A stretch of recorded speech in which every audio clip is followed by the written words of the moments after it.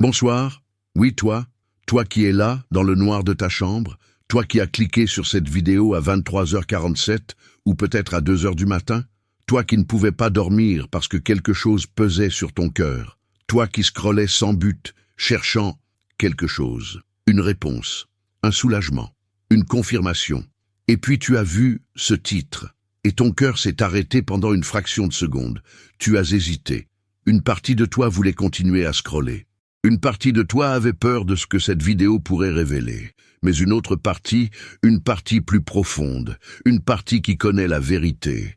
Cette partie t'a dit « Clique, c'est pour toi ». Et tu l'as fait. Tu es ici, maintenant.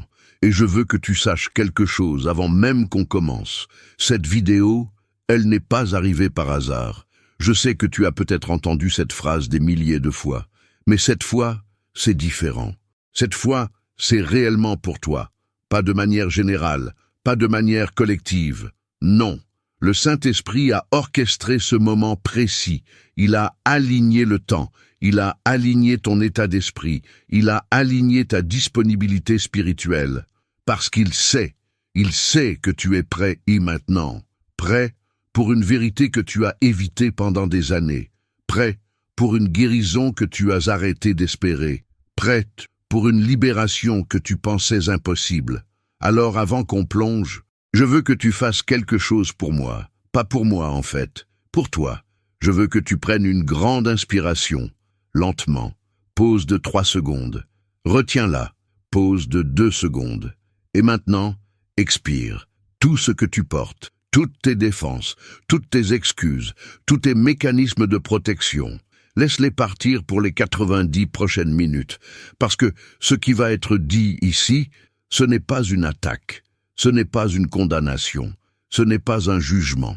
C'est une révélation qui a le pouvoir de changer le cours de ta vie. Mets tes écouteurs si tu peux, ferme la porte de ta chambre, éteins les notifications.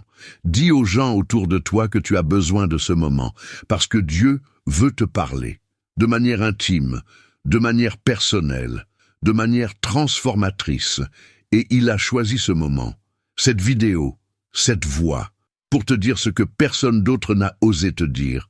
Ouvre ta Bible si tu l'as près de toi, ou simplement, ouvre ton cœur. Éphésiens 4, 31, 32.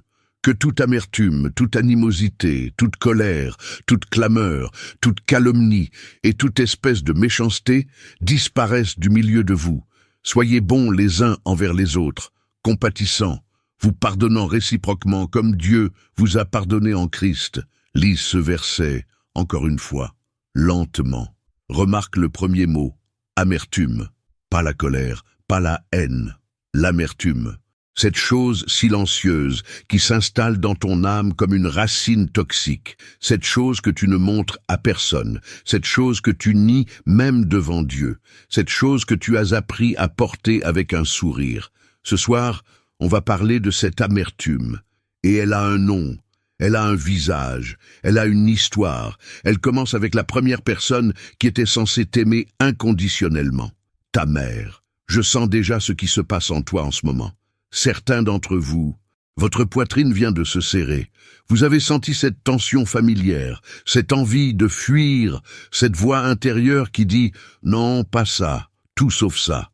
D'autres, vous sentez de la culpabilité monter, comme si le simple fait d'écouter cette vidéo était une trahison, comme si penser à ce sujet était un péché, comme si reconnaître la douleur était un manque de respect. Et d'autres encore, vous sentez quelque chose de plus profond, un mélange de soulagement et de terreur. Soulagement parce que, enfin, quelqu'un ose parler de ça. Terreur parce que vous savez que si vous ouvrez cette porte, si vous laissez entrer cette vérité, tout va changer. Et le changement fait peur, même quand c'est un changement nécessaire, même quand c'est un changement salvateur. Alors, laisse-moi te dire quelque chose tout de suite. Tu n'es pas en train de trahir ta mère en écoutant cette vidéo. Écoute-moi bien, tu n'es pas en train de la trahir. Tu n'es pas en train de la détester. Tu n'es pas en train de la condamner. Tu n'es pas en train de renier tout ce qu'elle a fait pour toi. Ce que tu es en train de faire, c'est honorer ta propre âme. Tu es en train de dire « Je mérite de guérir ». Tu es en train de dire « ma douleur est réelle ». Tu es en train de dire « je ne vais plus minimiser ce qui s'est passé ». Et sais-tu quoi? C'est exactement ce que Dieu veut que tu fasses. Parce que Dieu est la vérité. Et la vérité, elle libère. Jean 8, 32. Vous connaîtrez la vérité, et la vérité vous rendra libre. Pas le déni, pas la spiritualisation excessive, pas les platitudes religieuses. La vérité, crue, honnête, inconfortable. Cette vérité que ton âme connaît mais que ta bouche n'a jamais osé prononcer. Alors, je vais te poser une question, et je veux que tu répondes honnêtement. Pas à moi, à toi-même, à Dieu. Depuis combien de temps portes-tu cette douleur? Depuis combien de temps fais-tu semblant que tout va bien avec ta mère, alors qu'au fond de toi, il y a un océan de non-dits? Depuis combien de temps souris-tu lors des réunions de famille, alors que ton cœur se serre? Depuis combien de temps réponds-tu « oui, maman » alors que ton esprit crie « non » Depuis combien de temps portes-tu sa honte, ses projections, ses blessures non guéries? Depuis combien de temps es-tu devenu le parent émotionnel de ta propre mère? Des années, des décennies pour certains, toute une vie pour d'autres, et tu es fatigué, tellement fatigué. Pas physiquement, non.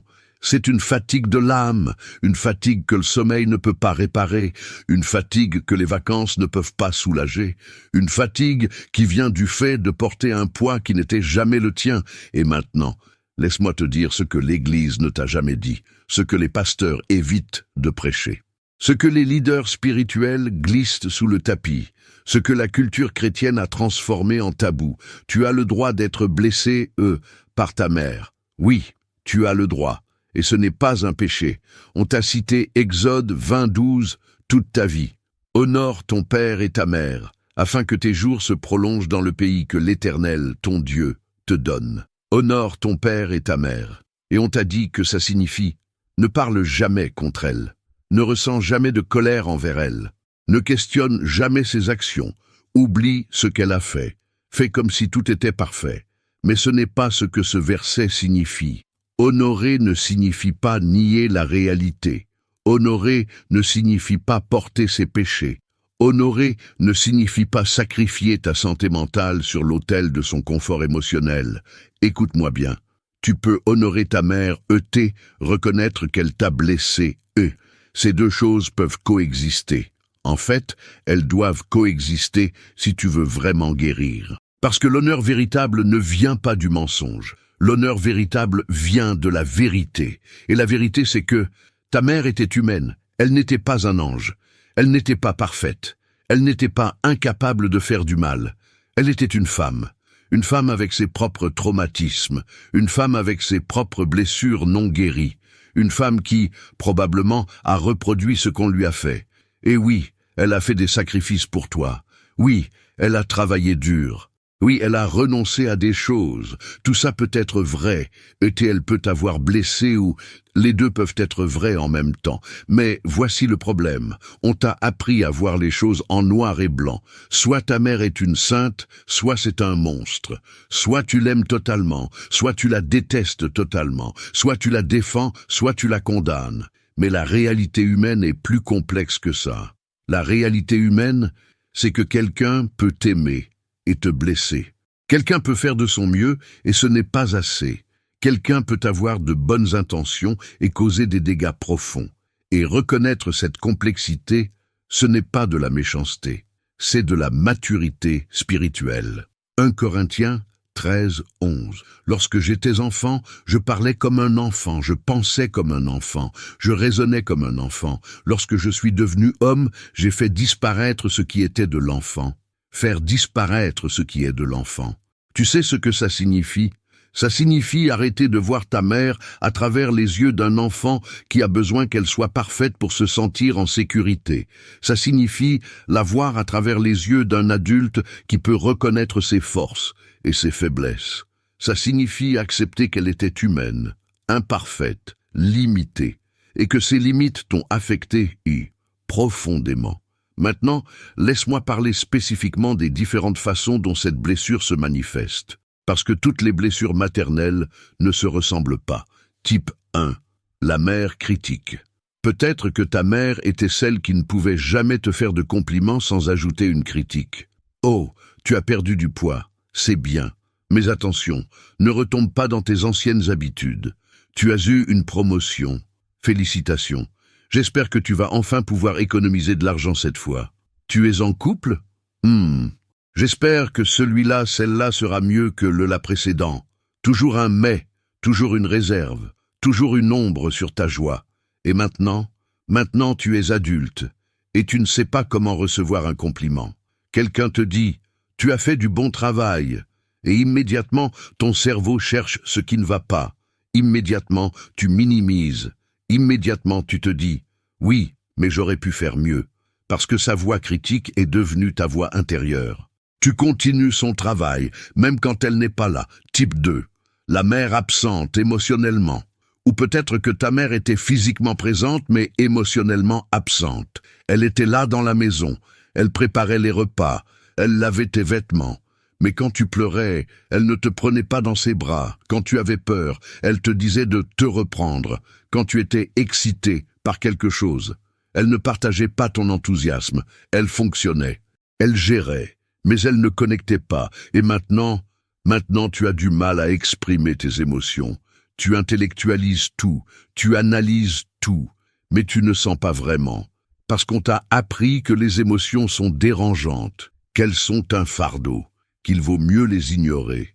Type 3. La mère manipulatrice. Ou peut-être que ta mère utilisait la culpabilité comme arme. Après tout ce que j'ai fait pour toi, tu me brises le cœur quand tu... Je ne suis qu'une pauvre mère qui essaie de son mieux et toi tu...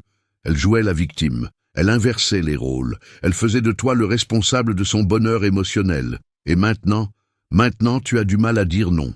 Tu portes la responsabilité émotionnelle de tout le monde. Tu te sens coupable quand tu poses des limites. Tu sacrifies tes propres besoins pour ne pas blesser les autres. Parce qu'elle t'a appris que ton rôle était de la sauver. Type 4. La mère compétitive. Ou peut-être que ta mère voyait en toi une rivale plutôt qu'une fille. Elle commentait ton apparence de manière jalouse. Elle minimisait tes succès pour se sentir mieux. Elle flirtait avec tes petits amis eux. Elle devait toujours être le centre d'attention. Et maintenant tu ne te sens jamais assez bien. Tu sabotes tes propres succès. Tu as du mal à briller. Tu te sens coupable quand les choses vont bien pour toi. Parce qu'inconsciemment, tu as appris qu'être heureuse signifie la menacer. Type 5. La mère envahissante. Ou peut-être que ta mère ne respectait aucune limite. Elle lisait ton journal intime. Elle fouillait dans tes affaires. Elle voulait tout savoir. Elle contrôlait chaque aspect de ta vie, au nom de l'amour, au nom de la protection, au nom du « je m'inquiète pour toi ». Et maintenant tu as du mal avec l'intimité. Tu as peur qu'on te connaisse vraiment. Tu gardes des secrets même quand ce n'est pas nécessaire. Tu as besoin d'un espace personnel excessif, parce qu'elle t'a appris que l'amour signifie invasion. Type 6. La mère infantilisante. Ou peut-être que ta mère ne t'a jamais permis de grandir. Elle prenait toutes les décisions pour toi. Elle ne te faisait jamais confiance. Elle te traitait comme un enfant même à 30, 40, 50 ans. Et maintenant tu doutes de chaque décision. Tu cherches constamment l'approbation des autres. Tu as du mal à te faire confiance parce qu'elle t'a appris que tu n'es pas capable. Quelle que soit ta blessure, quel que soit le type de mère que tu as eu, la douleur est réelle et elle mérite d'être reconnue. Maintenant, parlons de ce dont personne ne parle. Les conséquences. Pas les conséquences évidentes, mais les conséquences invisibles. Celles que tu ne relis même pas à ta relation avec ta mère. Dans tes relations amoureuses, tu choisis peut-être des partenaires qui te traitent comme elle te traitait. Si elle était critique, tu choisis des partenaires critiques. Si elle était distante, tu choisis des partenaires distants. Si elle était contrôlante, tu choisis des partenaires contrôlants. Pourquoi? Parce que c'est familier. Ton cerveau confond familier avec sécurité, même quand c'est toxique, même quand ça te fait mal, même quand ça te détruit. Ou au contraire, tu fais exactement l'opposé. Si elle était froide, tu deviens excessivement affectueux, au point d'être étouffant. Si elle était absente, tu deviens excessivement présent, au point d'être envahissant. Tu surcompenses. Mais dans les deux cas, C'est toujours elle qui dicte tes choix, même quand tu crois faire le contraire, dans ta relation avec Dieu. Voici quelque chose que les pasteurs ne te disent jamais. Ta relation avec ta mère influence directement ta relation avec Dieu. Comment? Si ta mère était imprévisible, tu vois Dieu comme imprévisible. Tu ne sais jamais s'il va te bénir ou te punir. Tu marches sur des œufs spirituellement. Tu as toujours peur de faire quelque chose de mal. Si ta mère était distante, tu sens Dieu comme distant. Tu pries, mais tu ne sens pas sa présence. Tu lis la Bible, mais les mots ne touchent pas ton cœur. Tu connais la doctrine, mais tu ne connais pas l'intimité. Si ta mère était manipulatrice, tu vois Dieu comme manipulateur. Tu penses que tu dois mériter son amour. Tu penses que la bénédiction dépend de ta performance. Tu ne peux pas concevoir la grâce. C'est douloureux à entendre. Mais c'est vrai. Ton premier modèle d'amour était ta mère. Et ce modèle a formé ton cerveau. Il a créé des neuropathways. Il a établi des croyances profondes. Il a défini ce que l'amour signifie pour toi.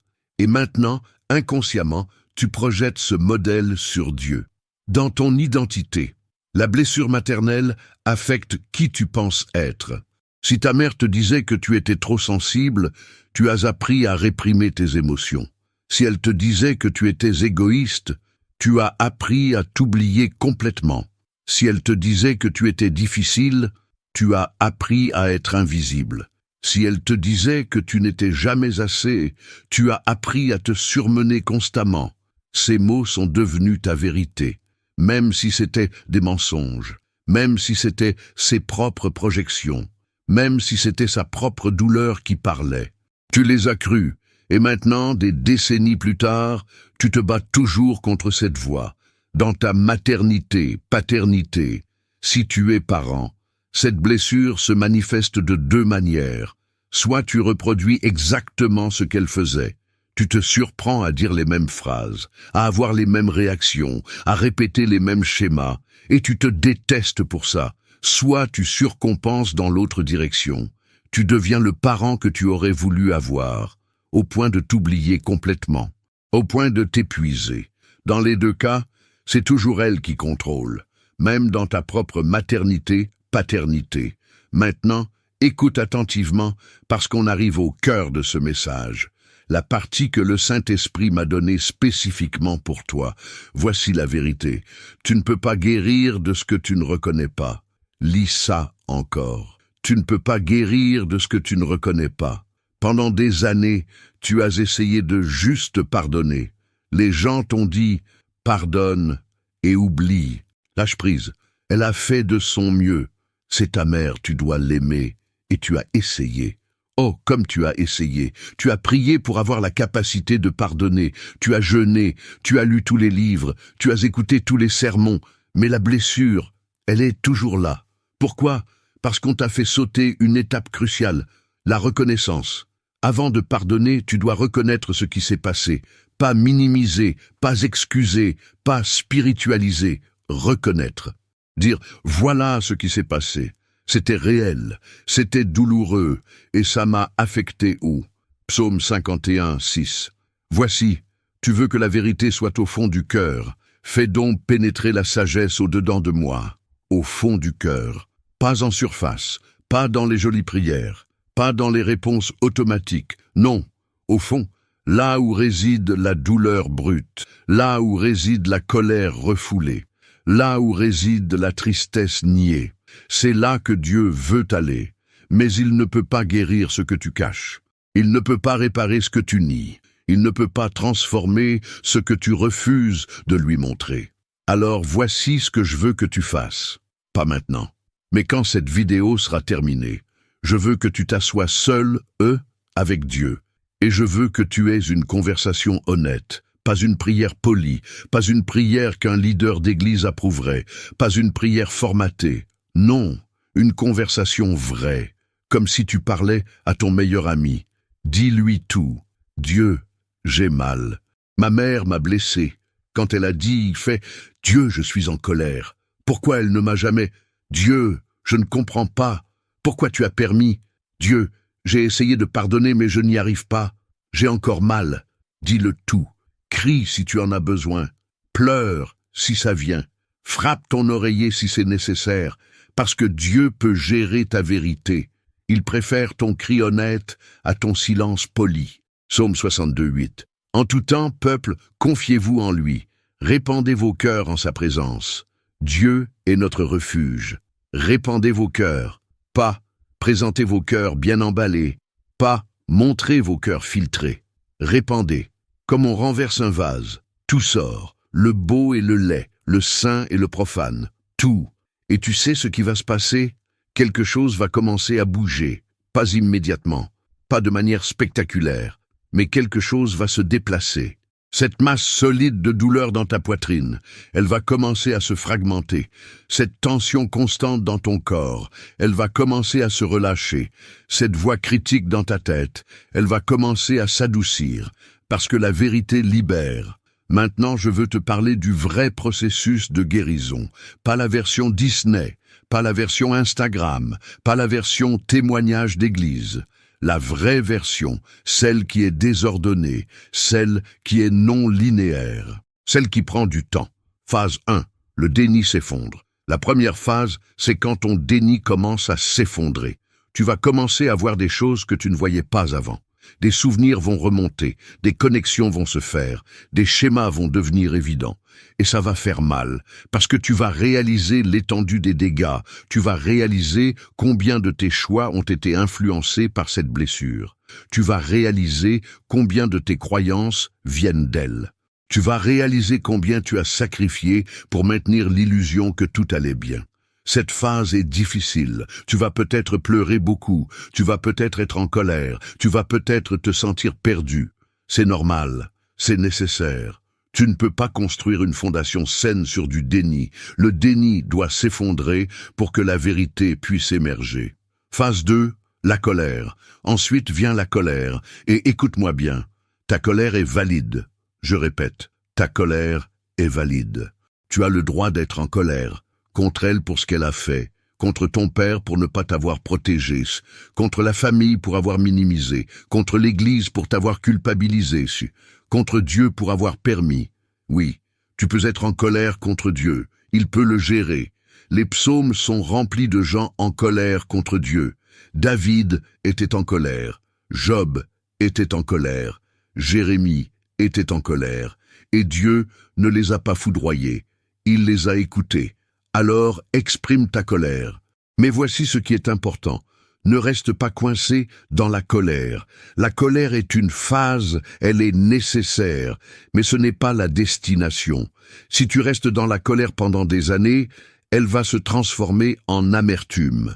Et l'amertume est un poison que tu bois en espérant que l'autre personne meure. Hébreux 12, 15. Veillez à ce que personne ne se prive de la grâce de Dieu, à ce qu'aucune racine d'amertume, poussant des rejetons, ne produise du trouble, et que plusieurs n'en soient infectés.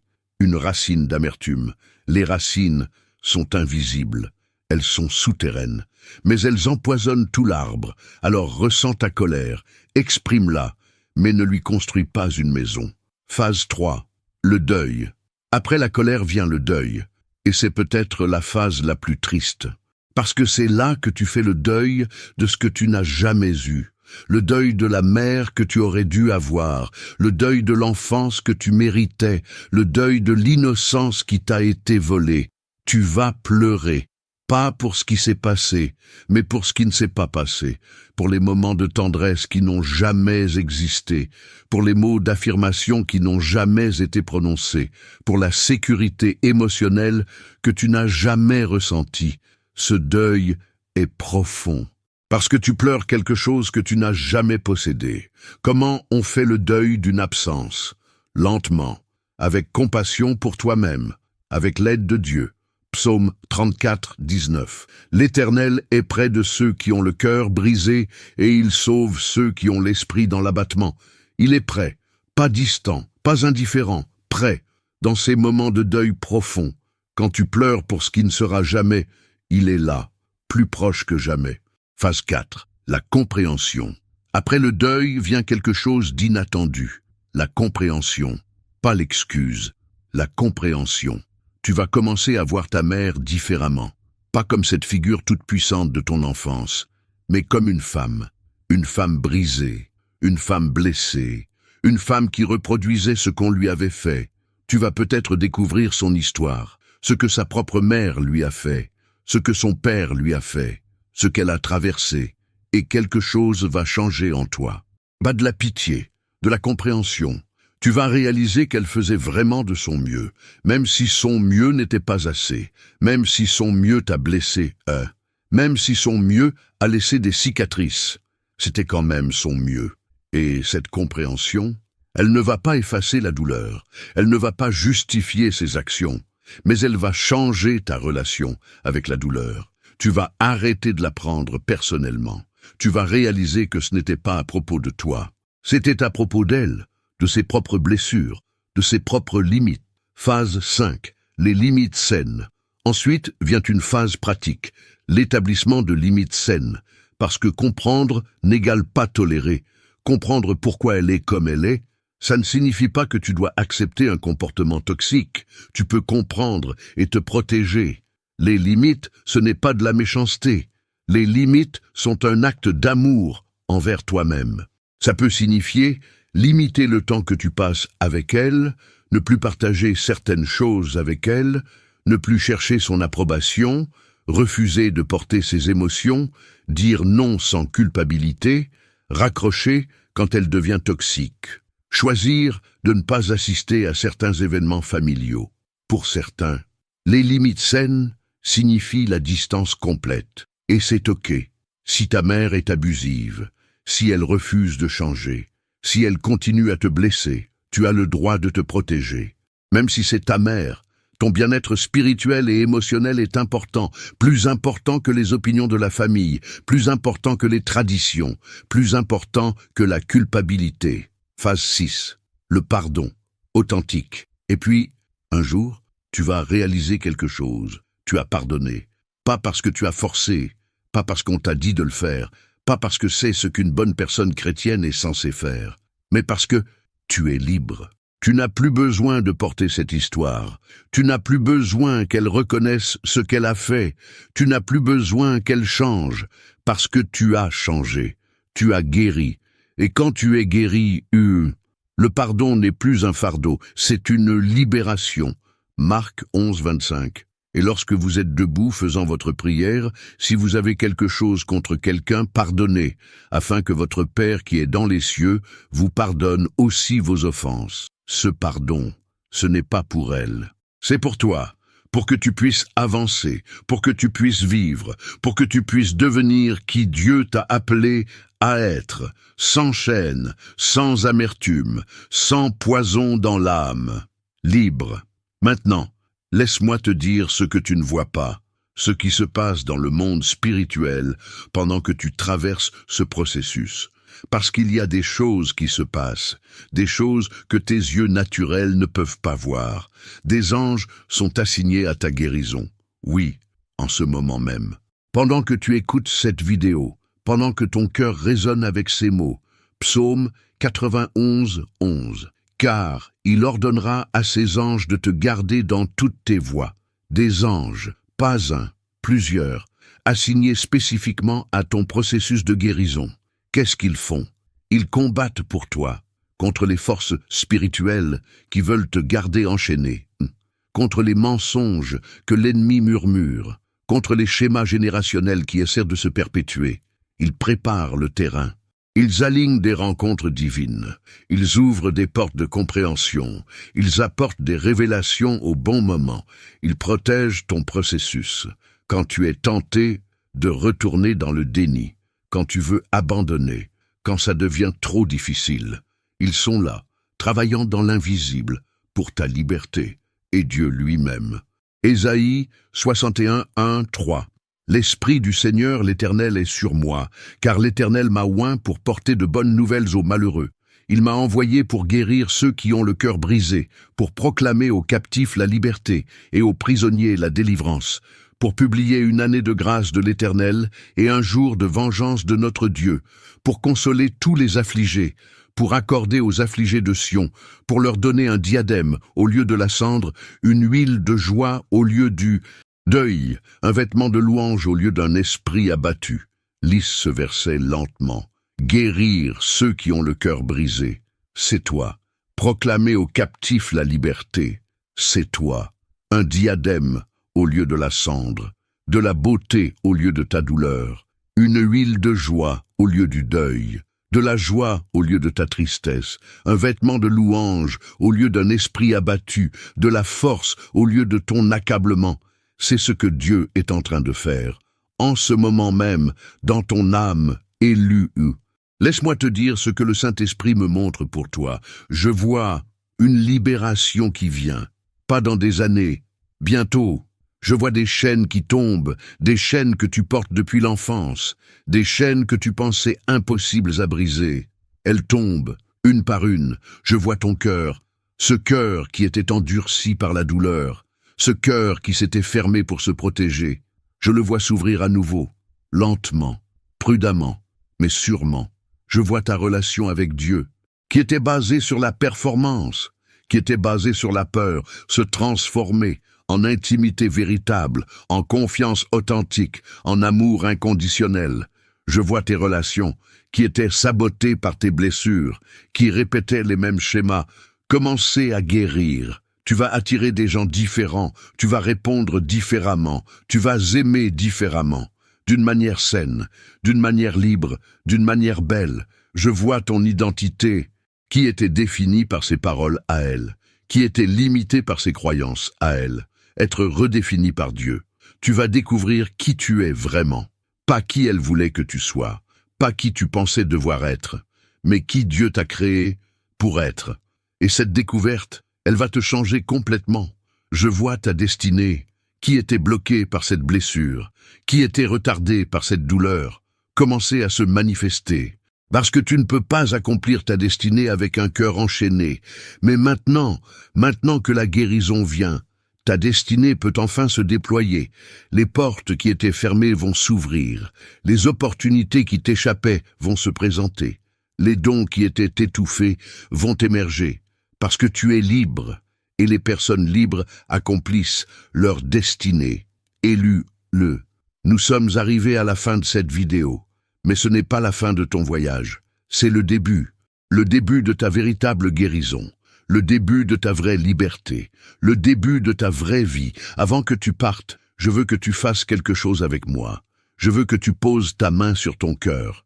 Vas-y, pose ta main sur ton cœur et répète après moi, dans ton esprit ou à voix haute, je reconnais ma douleur, je reconnais ma blessure, je reconnais que ma mère m'a affecté, et je choisis de guérir, je choisis la vérité, je choisis la liberté, je choisis la vie. Au nom de Jésus, Amen. Pause de 5 secondes. Voilà, tu viens de prendre la décision la plus importante, tu viens de choisir de guérir, et ce choix, il a déclenché quelque chose dans le monde spirituel que tu ne peux pas voir, mais tu vas le vivre. Dans les jours qui viennent, dans les semaines qui viennent, dans les mois qui viennent, tu vas voir les fruits de ce choix. Maintenant, si cette vidéo t'a touché, si ton cœur a reconnu la vérité dans ces mots, si tu as senti la présence de Dieu pendant ces 90 minutes, je te demande de faire 4 choses. 1. Mets un like sur cette vidéo, pas pour moi, mais pour que l'algorithme la montre à d'autres élus qui portent cette même douleur en silence. 2. Partage cette vidéo. Envoie-la à quelqu'un que tu connais qui en a besoin, ou partage-la sur tes réseaux sociaux, même anonymement, parce que quelqu'un dans ton entourage porte cette blessure, et cette vidéo pourrait changer leur vie. 3. Écris dans les commentaires « Je reçois ma guérison ». Ces 4 mots. C'est une déclaration de foi, c'est un engagement envers ton processus, c'est un témoignage pour ceux qui viendront après toi. Et quand tu écriras ces mots, je vais prier pour toi. Personnellement, pour que ta guérison soit complète, pour que ta liberté soit totale, pour que ta destinée se manifeste. 4. Abonne-toi à cette chaîne, parce que ce n'est que le début de ton voyage spirituel. Dieu a encore tellement de choses à te révéler, tellement de zones à guérir, tellement de vérités à te montrer. Et cette chaîne, c'est un espace sûr pour les élus, un espace où on dit la vérité, un espace où on ne minimise pas, un espace où ta douleur est reconnue et honorée. Alors reste, continue ce voyage avec nous. Active la cloche pour ne rien manquer, parce que ta transformation ne fait que commencer. Pause de 3 secondes. Élu, je veux terminer par ceci. Tu n'es pas seul, Je sais que parfois, dans ta chambre, à 2 heures du matin, quand les larmes coulent, tu te sens complètement seul, comme si personne ne pouvait comprendre, comme si personne ne savait. Mais ce n'est pas vrai. Il y a des milliers d'élus qui portent cette même blessure, des milliers qui ont pleuré les mêmes larmes, des milliers qui comprennent exactement ce que tu ressens. Et surtout, Dieu est avec toi. Il a vu chaque larme. Il a entendu chaque prière. Il a ressenti chaque douleur. Et il n'a jamais cessé de t'aimer. Jamais. Même quand tu étais en colère contre lui, même quand tu doutais de lui, même quand tu ne pouvais pas sentir sa présence. Il était là, il est là, et il sera là à chaque étape de ta guérison. Ésaïe 43, 2. Si tu traverses les eaux, je serai avec toi, et les fleuves, ils ne te submergeront point. Si tu marches dans le feu, tu ne te brûleras pas, et la flamme ne t'embrasera pas. Tu vas traverser, pas couler, traverser, de l'autre côté, vers la guérison, vers la liberté, vers la vie abondante que Jésus a promise. Jean 10, 10. Le voleur ne vient que pour dérober, égorger et détruire. Moi, je suis venu afin que les brebis aient la vie et qu'elle l'ait en abondance. La vie en abondance, c'est ce qui t'attend. Pas une vie parfaite, pas une vie sans défi, mais une vie libre, libre de la douleur du passé, libre des chaînes de la blessure, libre de vivre pleinement. Et cette vie, elle commence maintenant, avec ce choix que tu viens de faire. Alors va, avance, avec courage, avec foi, avec espoir. Ta guérison est en route, Dieu est fidèle, et il achèvera l'œuvre qu'il a commencée en toi. Philippiens 1, 6.